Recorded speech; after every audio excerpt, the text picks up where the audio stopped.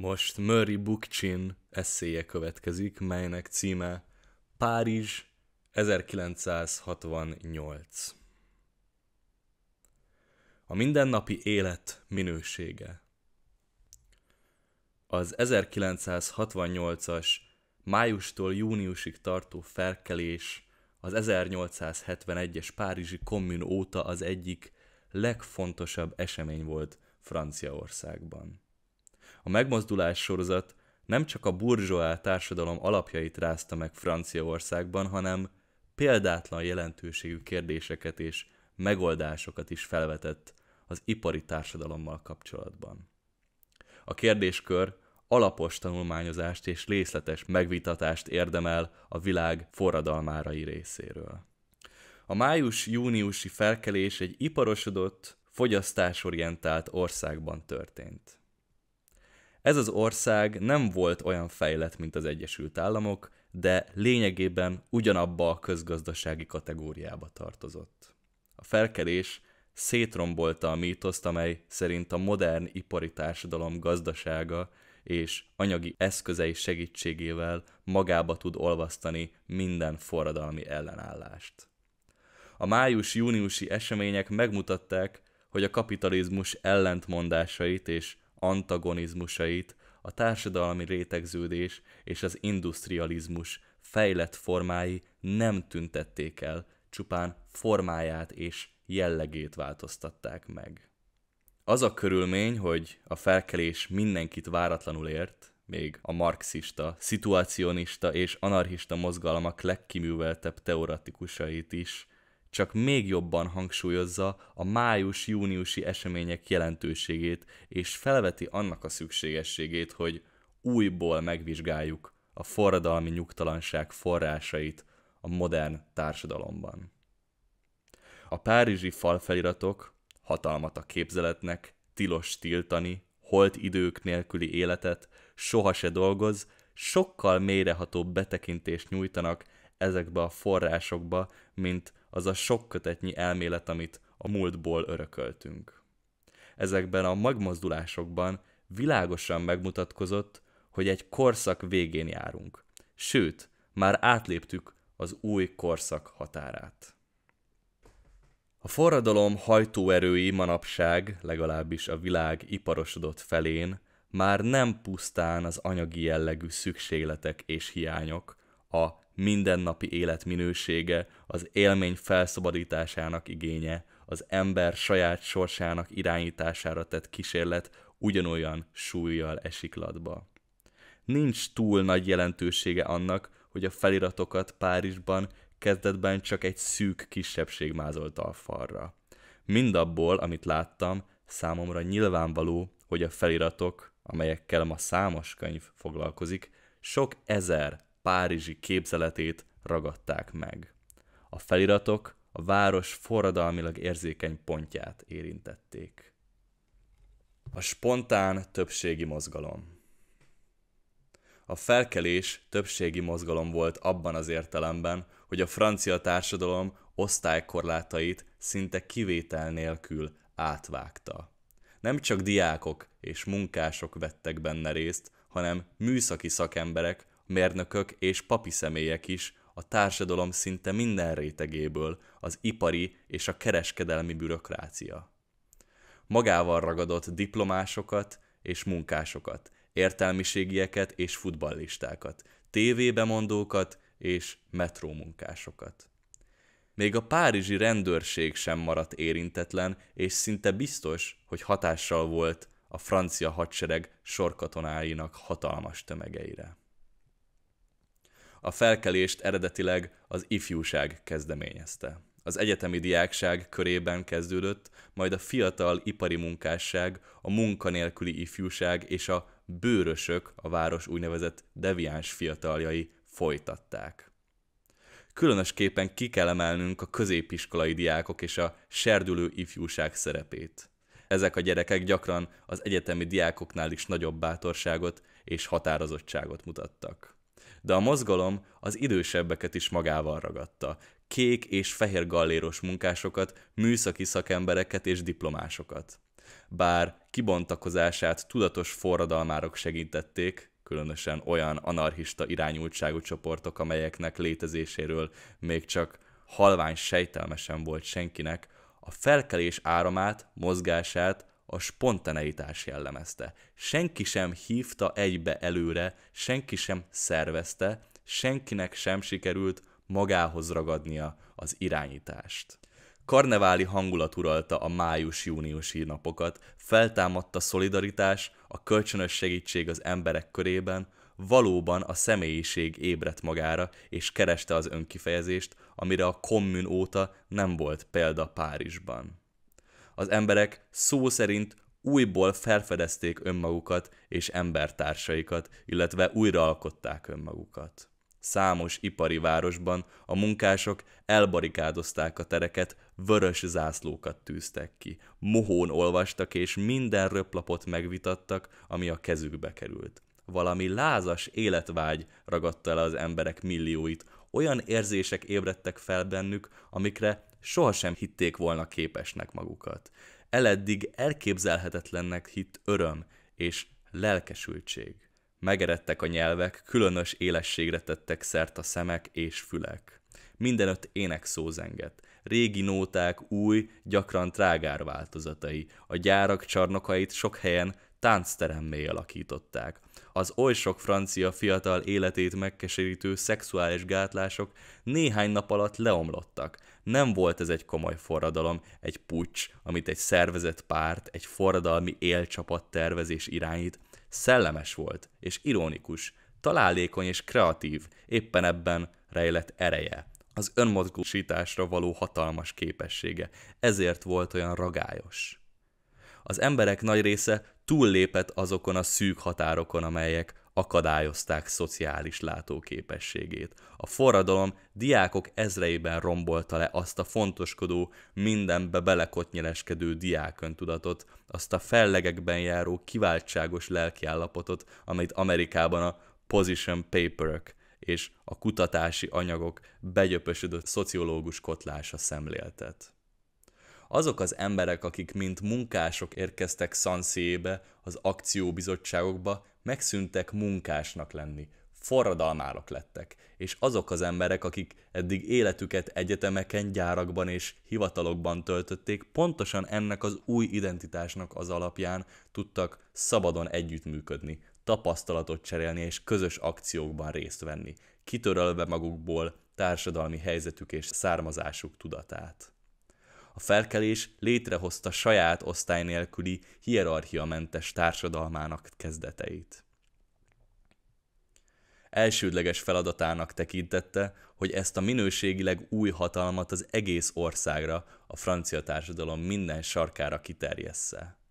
Reményeik abból fakadtak, hogy a gazdaság, sőt általában véve az élet minden területén megjelentek az önigazgatási szervezetek különböző formái, az általános gyűlések és adminisztratív szerveik, az akcióbizottságok és a gyárak sztrájkbizottságai. Úgy tűnik, hogy a feladattal kapcsolatos fejlett tudatosság inkább az újabb, technikailag magasabb színvonalú iparágak munkásait jellemezte. Az olyanokét, mint például az elektronika és nem annyira a hagyományosabb iparágak dolgozóit, akik között a kommunista irányítás alatt álló CGT jelentős befolyással rendelkezett. Hadd hangsúlyozzam itt, hogy ez a következtetés, amelyre néhány olyan elszórt, de rendkívül hatásos részlet alapján jutottam, amiket a diák munkás akcióbizottságok fiatal aktivistái hoztak tudomásomra, semmiképp sem tekinthető végsőnek. Hatalom és hierarchia. Kiemelkedő jelentősége van annak az új megvilágításnak, amelybe a május-júniusi felkelés a hatalom és hierarchia problémáját helyezte. A május-júniusi események ebből a szempontból nem csak az egyénekben tudatosan végbemenő folyamatok számára jelentettek kihívást, hanem szembe találták magukat legfontosabb társadalmilag meghatározott, tudattalan viselkedésmódokkal is. Nem kell bővebben kifejtenünk, hogy a hatalommal kapcsolatos viselkedésmódokat az élet legkorábbi szakaszában ültetik el az emberben, a kisgyermek családi környezetében, az otthoni és az iskolai gyermeknevelés, a munka, a szabadidő és a mindennapi élet szerveződése során. A jellemstruktúra ilyen alakítása az irányítás és engedelmesség archetipikusnak tűnő normáival a legbensőbb lényegét alkotja annak, amit a fiatalok szocializációjának nevezünk. A bürokratikus szervezet rögzített, formalizált hierarchiák és struktúrák misztikuma a legradikálisabb mozgalmakat is áthatja a politikailag nyugalmasabb időszakokban. A baloldal figyelemre méltó fogékonysága a hierarchikus, autoritál hatásokra megmutatja, milyen mélyen gyökereznek a radikális mozgalmak abban a társadalomban, amelynek nyíltan megdöntésére törtek. Ilyen szempontból majdnem minden forradalmi szervezet az ellenforradalom forrása. Az ellenforradalom potenciális lehetősége csak akkor szüntethető meg, ha a forradalmi szervezet struktúrája úgy épül fel, hogy formái a szabadságnak a forradalom által bevezetett közvetlen, decentralizált megvalósulási módjait fejezik ki, és ha maga a szervezet a forradalmárokban a szabad emberre jellemző életstílust és személyiséget alakítja ki.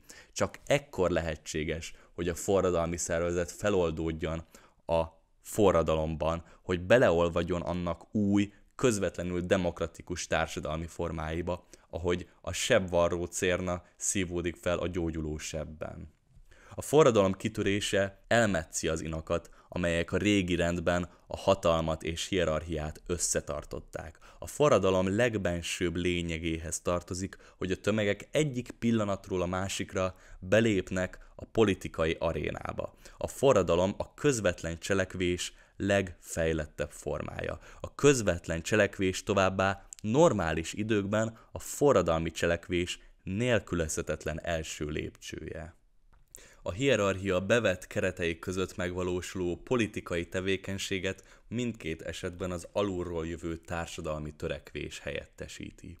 A tömegekben mindkét helyzetben molekuláris bomlás megy végbe. A társadalmi rétegek és osztályok forradalmi egyénekre esnek szét. Ez a folyamat feltartózhatatlanná válik, ha a forradalom sikeresnek ígérkezik. Ha a forradalmi ideológia álcája mögött nem válik ellenforradalmivá.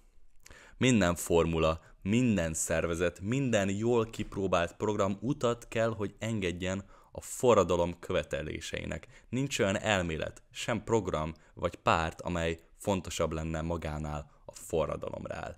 Nem csak de Gaulle és a rendőrség jelentett hatalmas akadályt a május-júniusi felkelés számára, ugyanilyen jelentőséggel bírtak a baloldal megmerevedett szervezetei is, a kommunista párt, amely sok gyárban megfojtotta a kezdeményezéseket, valamint a szorbonni általános gyűlésnek oly kellemetlen mellékíztadó leninista és trockista csoportok. És itt nem azokról a sokakról beszélek, akik romantikusan azonosították magukat Che Guevárával, Maóval, Leninnel vagy Trockijjal, gyakran mind a néggyel egyszerre, hanem azokról, akik teljes személyiségüket, akaratukat és kezdeményező készségeiket szigorúan fegyelmezett, hierarchizált szervezeteknek rendelték alá. Lehettek bármilyen jó szándékúak ezek az emberek, az ő feladatukká vált, hogy fegyelmezetté tegyék a felkelést. Pontosabban, hogy derevolucionizálják azt a hatalomnak és az engedelmességnek azzal a szellemével hatva át a mozgalmat, amelyet szervezetük a hivatalos rendtől örökölt.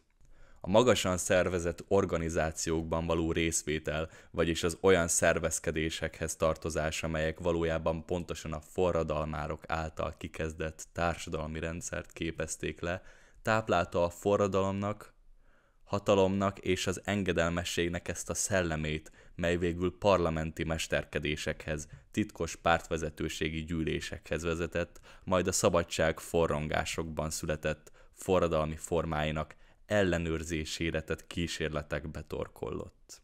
A manipuláció mérges gőze fakadt ezeknek az embereknek a lépte nyomán a szorbonni gyűlésen. Számos diák, akivel beszéltem, tökéletesen biztos volt abban, hogy ezek a csoportok készek szétzúzni a szorbonni gyűlést, ha irányítását nem tudják magukhoz ragadni. Ezeket a csoportokat nem a forradalmi sejtek életereje foglalkoztatta, hanem saját szervezetük kiterjesztése. Miután létrehozta a szabadságnak azokat az autentikus formáit, amelyekben mindenki szabadon fejthette ki nézeteit, a gyűlés teljesen indokolatlan vetette volna ki magából a bürokratikusan szervezett csoportokat. Az elvi következetességnek tudható be, hogy a március 22-e mozgalom viszont összeolvadt a forradalmi gyűlésekkel, és mint szervezet tulajdonképpen eltűnt, csak a neve maradt meg. Saját összejövetelein a március 22-e mozgalom minden döntését a gyűlés szellemében hozta, és hagyta, hogy a soraiból kiváló minden irányzat szabadon kipróbálhassa nézeteit a gyakorlatban. Az ilyesfajta tolerancia nem rontja a hatékonyságot, ez az anarchista mozgalom, és ezzel szinte minden megfigyelő egyetért, sokkal többet tett a felkelés kibontakozásáért, mint bármely más diákcsoport. Ami a március 22-e mozgalmat és az anarchista, valamint a szituacionista csoportokat az összes többitől megkülönbözteti, az az, hogy ők nem a hatalom megragadására, hanem annak eltörlésére törekednek. A modern forradalmak dialektikája. A május és júniusi franciaországi események drámai elevenséggel tárták fel a forradalom sajátos dialektikáját. A vágyak és a szabadság megvalósításának lehetősége éles megvilágításba helyezi a társadalom mindennapi életének nyomorúságát. Minél reálisabb ez a lehetőség, annál elviselhetetlenebb a mindennapi szükség. Ezért hát nincs túl nagy jelentősége annak, hogy az utóbbi években magasabb volt az életszínvonal Franciaországban, mint története során bármikor.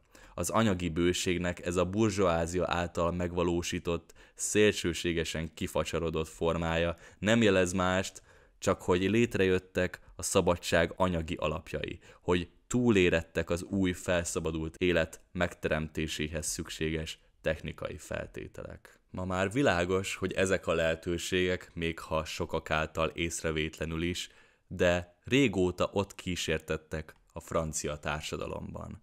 A javak eszetlen fogyasztása a maga elferdült módján feltárja azokat a feszültségeket, amelyek a francia társadalom mindennapjai és az új forradalom felszabadító lehetőségei között jönnek létre. Amikor minden étel elveszti ízét, amikor a társadalom elviselhetetlenségeig túlzabálta magát, akkor érkezett el az idő. A töréspontot senki nem ismerheti előre. Franciaországban ez május 10 volt, a barikádok napja.